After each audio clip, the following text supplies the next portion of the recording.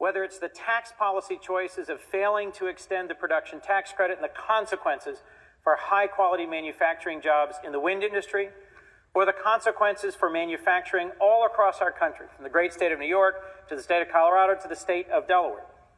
What we're on the floor today talking about is the Bring Jobs Home Act, which is just one of many important ways we can and should be fighting for high-quality manufacturing jobs in our home states and across our country. Madam President, it was a very dark day when the Chrysler plant in Newark, Delaware, where I'm from, shut its doors.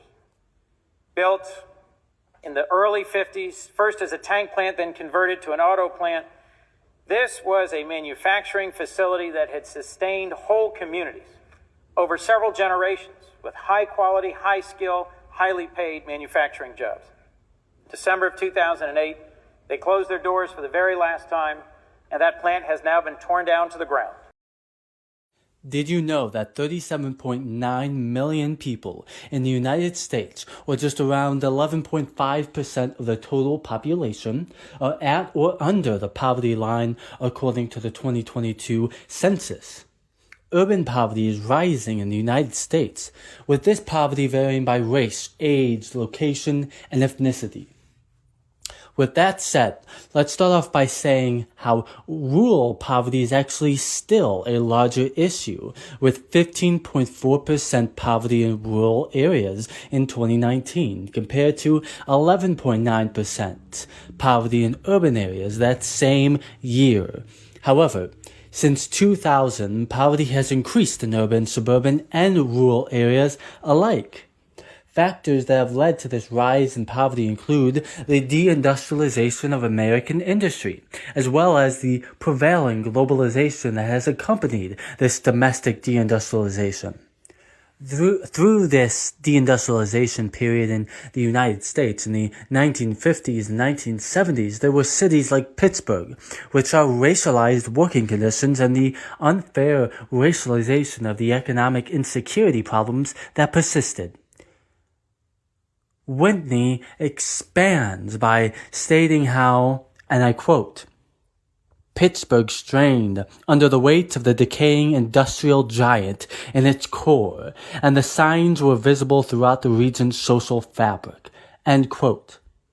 Social unrest, economic unrest, and a well-off group that sought to take advantage of the misfortunes of others. This was followed by globalization and free trade, which resulted in a small number of people in power who have deliberately put in place policies that have ended up enriching themselves and damaging the futures of the middle class. The interdependence of the world economy, also known as globalization, has resulted in unrestricted free trade. This unrestricted free trade has resulted in corporate leaders being forced to, and I quote, relocate their operations to low-wage havens to remain competitive, end quote.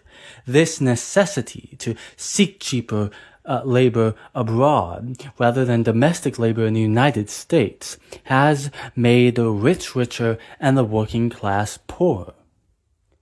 One of the first steps that the United States government can take to reduce poverty in the United States is to implement incentives for corporations to return the manufacturing back home.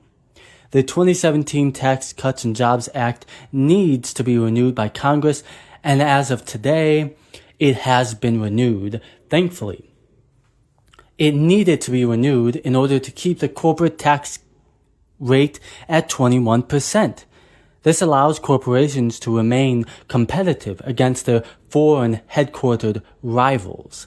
A second way that the U.S. government can tackle poverty is to improve access to education by implementing new, innovative, and personalized learning outcomes in each school and classroom. There is also the opportunity for the government to expand access to education by removing the financial obstacles to community colleges across the nation. A third way that the U.S. government can tackle poverty is by making permanent increases to the child tax credits and the earned income tax credits as well. These two effective anti-poverty tools have already lifted around 7.5 million Americans out of poverty in the year 2019 alone. They lift people out of poverty by providing reliable sources of income to parents, which helps them meet the day-to-day needs and grinds of their families. The bottom line is that we need to incentivize good-paying manufacturing jobs to return back home, expand access to high-quality education, and expand necessary social safety net programs to those in dire need.